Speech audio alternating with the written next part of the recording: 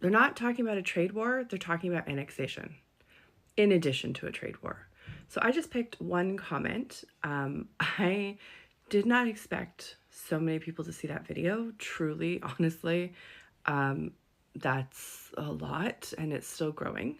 I am glad that somehow I broke through to Americans because I know that Americans haven't been seeing my videos since their TikTok ban. So, welcome. I have had so many comments and messages and things, I can't even see them. It's loading too fast for my phone to even register. But a couple that I've sort of caught. Number one is people have been saying it's a trade war, not a physical war. Not exactly. So let me rewind a little bit. Trump declared that Canada was a threat to national security in the US, and that's how he got an executive order through that said that he was going to do these tariffs. So that the trade war, the tariffs, the thing that was coming in. After doing that is when we got into the whole he's going to put a 25% tariff on us, and Canada hit back and said, fine, we'll put a 25% tariff on you. And they actually, the government of Canada released a list of all the things. It was so long, the list of things that would be tariffed in Canada. The response from Canadians, though, was overwhelming. If you go into any Facebook group or Reddit or anything, just type in like made in Canada or boycotting US, you will find hundreds of groups of people who are all, it's astronomical. Every grocery store you walk into, people are reading the labels of every single thing that they buy. People have said they're not going back to supporting American companies ever. Not just now. This is you messed with us, we're not dealing with you in the future. So that was already happening. But when we talk about the threats, what we need to talk about is the annexation. Now, Trump started saying this last fall, and a lot of people were like, oh, he's joking about it being a 51st state. And the line kept being saying, oh, he's joking, he's joking. He's calling our prime minister the governor. It's a joke. Except it's not a joke. Yesterday, Friday, February 7th, Justin Trudeau, our prime minister, was holding a meeting with a lot of different energy and business leaders in Canada, basically trying to prepare them for what's going to happen. And during that meeting, after the press was asked to leave, he was still mic'd up, and he said that the threat of annexation is to be taken very seriously. They are taking it seriously. And I know people don't believe me, but here it is from The Guardian. Go to The Guardian's website or just Google Trudeau, Annex Canada, any of these combinations of things. You can read the whole article. Specifically, it's a very long article. It's very worth reading. He said, they're very aware of our resources, of what we have, and they very much want to be able to benefit from those. This is what Justin Trudeau said.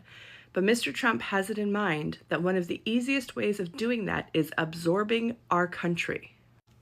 I know that the word war is scary, although colloquially that is what we are prepping for. Canadians, individual Canadians, are sort of talking amongst ourselves saying we are ready for this.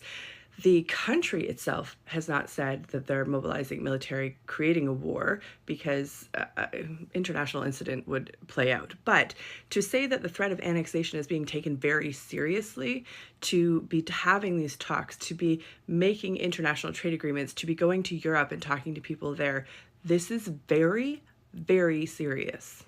I don't know if you remember other countries that have been annexed, like Ukraine. Trust me when I say, this is not a word that we throw around. I also talked about David Eby stopping to buy American. He's the Premier of British Columbia. So there's an article there. This is from CBC. If you're looking for information, go to CBC News, Global News, The Globe and Mail. The Guardian is covering stuff from outside of our borders as well, but those are some good links. And a lot of you asked if we could come and help you, if we could come and save you, or if you could come to Canada. Now, I've made other videos about this before. Go back to one that says sorry, not sorry on it that I made last Monday. That will give you more information about how Canada feels about asking these things. But no. It's not that we don't want to. It's that we have to take care of ourselves right now, and we are under threat. But also, it's very dangerous. Some people have asked if they would be granted asylum if they got to the border. Now, Canada's border started prepping for this in January because they knew there would be an influx of asylum seekers. And this week in Alberta, this is from the St. Albert Gazette, 9 people were detained and 1 ended up killing himself because they had got caught trying to cross into Canada. Crossing into Canadian territory is dangerous at any time if you're doing it illegally. There's a lot of complications surrounding there's just a lot of complications, and also it's cold. It's dangerous. Please do not try to do this. Please. A lot of other people asked what they should do. I can't tell you that. I mean, I know a lot of people think they don't know me. You've just seen me for the first time. I did used to be a journalist in Canada. I'm not currently a journalist at the moment, but I can't tell you what to do. This is up to you guys. You got to organize from within. I think the best news is that now some of you know, because a lot of you in the comments had no clue this was going on, and it's not just us. He has said that he will do this to Gaza. He's going to do this to Panama. I don't know if Mexico is safe. He's also threatened Denmark and Greenland. Canada's not the only one. I will keep making these videos if you guys want to see news from what's happening on this side of the border. I'm happy to do that. Let me know if you want any specific information. I'll see what I can find. Other than that, stay safe. Good luck. Talk to your politicians. Talk to your community. Get out there and make sure this doesn't happen. We know that you, the individuals, most of you, don't want a war with us. We don't want a war with you. So let's stop the people in charge from doing things on our behalf.